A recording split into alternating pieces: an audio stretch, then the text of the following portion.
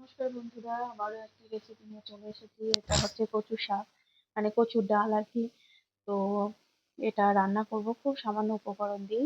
চিংড়ি দিয়ে রান্না হবে। এখানে চিংড়ি মাছ নিয়ে নিয়েছি। তো কচুটা ভালো করে ধুয়ে ছোট ছোট করে, মানে যিনি দিয়েছেন কেটেই দিয়েছে। তো এখানে সেদ্ধ বসিয়ে দিলাম। আর এখানে কিছু নিয়েছি, আলু টুকরো করে নিয়েছি ছোট ছোট করে। আর এখানে চিংড়ি মাছটা ধুয়ে পরিষ্কার করে নিয়েছি। একটা বড় সাইজের পেঁয়াজ কুচি নিয়েছি, কিছুটা রসুন নিয়েছি। তো চলো দেখতে থাকো, সঙ্গে থাকো আমি কিভাবে রান্নাটা করছি। আম, মানে এই কচু কচু খাওয়া তো ভীষণ ভালো। কচু শাক, কচু ডাল, প্রচুর পরিমাণে আয়রন রয়েছে, অনেক কিছুই আছে। এখানে জিরে আদা পেস্ট করে নিয়েছি। তো এই দিয়েই রান্নাটা হবে। এখানে দেখে নিচ্ছি এবার কচুটা কেমন সেদ্ধ হয়েছে। খুব সুন্দর সেদ্ধ হয়েছে, মানে আমি নুন হলুদ কিছুই দিইনি। একদম জলে, প্লেন জলে আমি সেদ্ধ করতে বসিয়ে দিয়েছি। যদি আমার এই কচুর রেসিপিটা ভালো লাগে তোমাদের বন্ধুরা, তাহলে পারলে শেয়ার করে দিও বন্ধুদের মাঝে। তো কচুটা সেদ্ধ হয়ে গেছে, এবার জল ঝরাতে দিয়ে দিলাম। এরপরে কড়াইয়ে বেশ খানিকটা তেল দিয়ে দিচ্ছি। চিংড়ি মাছটা ভেজে নেব। তো চিংড়ি মাছটা দিয়ে দিলাম।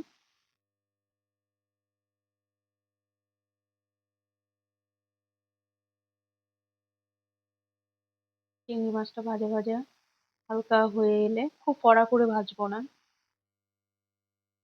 তোমরা যেরকম, মানে যে যেরকম ভাজা খাও সেরকমই খাবে।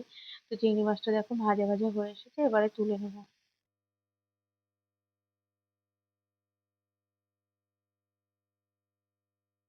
এবার এখানে ফোড়নে নিয়ে নিয়েছি কালো জিরে, একটা তেজপাতা আর তিনটে শুকনো লঙ্কা। এবার এই ফোড়নটা দিয়ে দেবো। ফোড়নটা খুব ভালো মতো যখন হয়ে আসবে, তখন পেঁয়াজ কুচি দিয়ে দেবো। এই রান্নাটা কাদের কাদের খুব পছন্দের সেটা আমাকে কমেন্টের মাধ্যমে জানিও। যাদের ভালো লাগে এই রান্নাটা তাদের তো ভালো লাগবেই, আশা করি।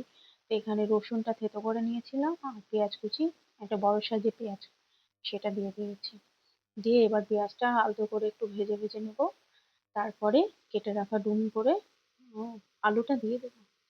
তো বন্ধুরা, তোমরা যদি কেউ নিরামিষ খেতে চাও, নিরামিষ দিনে যদি রান্না করো, তাহলে কিন্তু তোমরা নারকেল কোড়া দিয়ে করতে পারো, ডালের বড়া দিয়ে করতে পারো। মটর ডালের বড়া দিয়ে নিরামিষ করলে খুবই ভালো লাগবে খেতে। এবারে এখানে দিয়ে দিচ্ছি একটা আলু, ছোট ছোট ডুমো ডুমো করে কেটে নিয়েছি। এবার আলুটা একটু ভেজে নেবো। তো এইভাবে তোমরা ট্রাই করতে পারো। নারকেল কোড়া দিয়েও খুব ভালো লাগে নিরামিষ, সেটাও আমরা বানাই। তো একটু নুন দিয়ে দিলাম।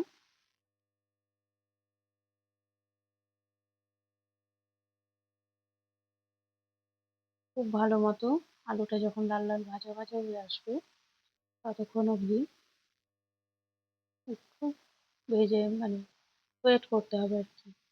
তো এখানে দেখো, আমি স্কিপ করে গেছি, যে মশলাটা বানিয়েছিলাম জিরে আদা বাটা, সেটা কিন্তু দিয়ে দিয়েছি, তোমাদের সঙ্গে আমি শেয়ার করতে পারিনি। আর হলুদ গুঁড়ো দিয়ে দিয়েছি। দিয়ে এবার মশলাটাকে খুব ভালো মতো কষিয়ে নিতে হবে। এবারে চিংড়ি মাছটা দিয়ে দিচ্ছি। চিংড়ি মাছটা দেওয়ার পর একটু নাড়াচাড়া করে নিচ্ছি।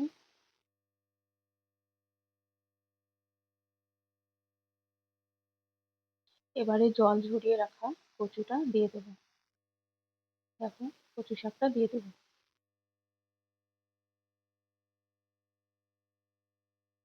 এবারে কচু শাকটা দেওয়ার পর খুব, মানে সুন্দরভাবে এটাকে কষতে থাকতে হবে যতক্ষণ না, মানে শুকোচ্ছে।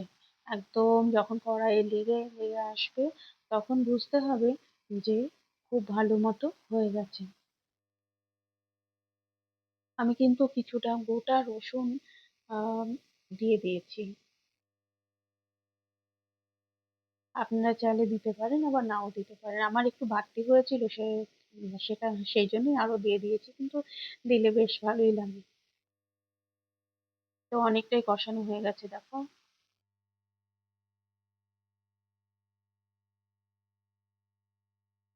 এরপর দিয়ে দিচ্ছি একটু মিষ্টি। আমি যেহেতু আলুর সঙ্গে বেশ পরিমাণ মতো নুন দিয়ে দিয়েছি বলে আর নুনটা ব্যবহার করলাম না। একদম পারফেক্ট হয়েছে, নুন একদম ঠিকঠাক আছে। রান্না দেখো সাইড থেকে কিন্তু তেল ছাড়ছে হালকা করে, আর রান্না একদম মানে শেষের দিকেই রান্না হয়ে এসেছে, কড়াইয়ের তলায় কিন্তু লেগে লেগে যাচ্ছে। আবারও কোনো একটি রেসিপি নিয়ে চলে আসবো। তো বন্ধুরা, উম, যারা নতুন বন্ধু আছে তারা একটা লাইক দেবে, আম, আমার চ্যানেলটাকে সাবস্ক্রাইব করবে, পাশে থাকবে। তো রান্না একদম কমপ্লিট দেখো, এবারে একটা পাত্রে ঢেলে নিয়েছি।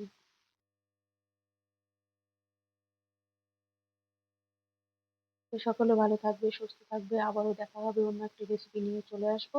নমস্কার।